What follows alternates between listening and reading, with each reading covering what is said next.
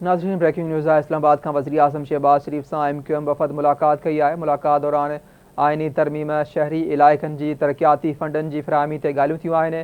MQM वफ़द पारां बलोचिस्तान जे मौजूदा सूरत हाल ते ॻणती जो इज़हार कयो वियो आहे। अहम ख़बर आहे नाज़रीन, इस्लामाबाद खां वज़ीर आज़म शहबाज शरीफ सां MQM जे वफ़द मुलाकात कई आहे। मुलाकात दौरान आइनी तरमीम शहरी इलाइक़नि जी तरक्याती फंडनि जी फ़राहमी ते ॻाल्हियूं बि थियूं आहिनि। MQM वफ़द पारां बलोचिस्तान जे मौजूदा सूरत हाल ते ॻणती जो इज़हार कयो वियो आहे। अहम ख़बर आहे, इस्लामाबाद खां वज़ीर आज़म शहबाज शरीफ सां MQM वफ़द मुलाकात कई आहे। मुलाकात दौरान आइनी तरमीम शहरी इलाइक़नि जी तरक्याती फंडनि जी फ़राहमी ते ॻाल्हियूं थियूं आहिनि। MQM वफ़द पारां बलोचिस्तान जे मौजूदा सूरत हाल ते ॻणती जो इज़हार कयो वियो आहे। अहम ख़बर आहे, इस्लामाबाद खां वज़ीर आज़म शहबाज शरीफ सां MQM वफ़द मुलाकात कई आहे। मुलाकात दौरान आइनी तरमीम शहरी इलाइक़नि जी तरक्याती फंडनि जी फ़राहमी ते ॻाल्हियूं थियूं आहिनि। MQM वफ़द पारां बलोचिस्तान जी मौजूदा सूरत हाल ते ॻणती जो पिणु इज़हार कयो आहे।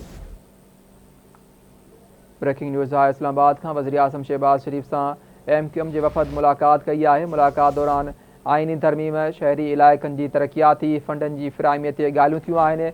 MQM वफ़द पारां बलोचिस्तान जी मौजूदा सूरत हाल ते ॻणतीअ जो पिणु इज़हार कयो वियो आहे। ब्रेकिंग न्यूज़ आहे। इस्लामाबाद खां वज़ीर आज़म शहबाज शरीफ सां MQM वफ़द मुलाकात कई आहे। मुलाकात दौरान आइनी तरमीम शहरी इलाइक़नि जी तरक्याती फंडनि जी फ़राहमी ते ॻाल्हियूं थियूं आहिनि।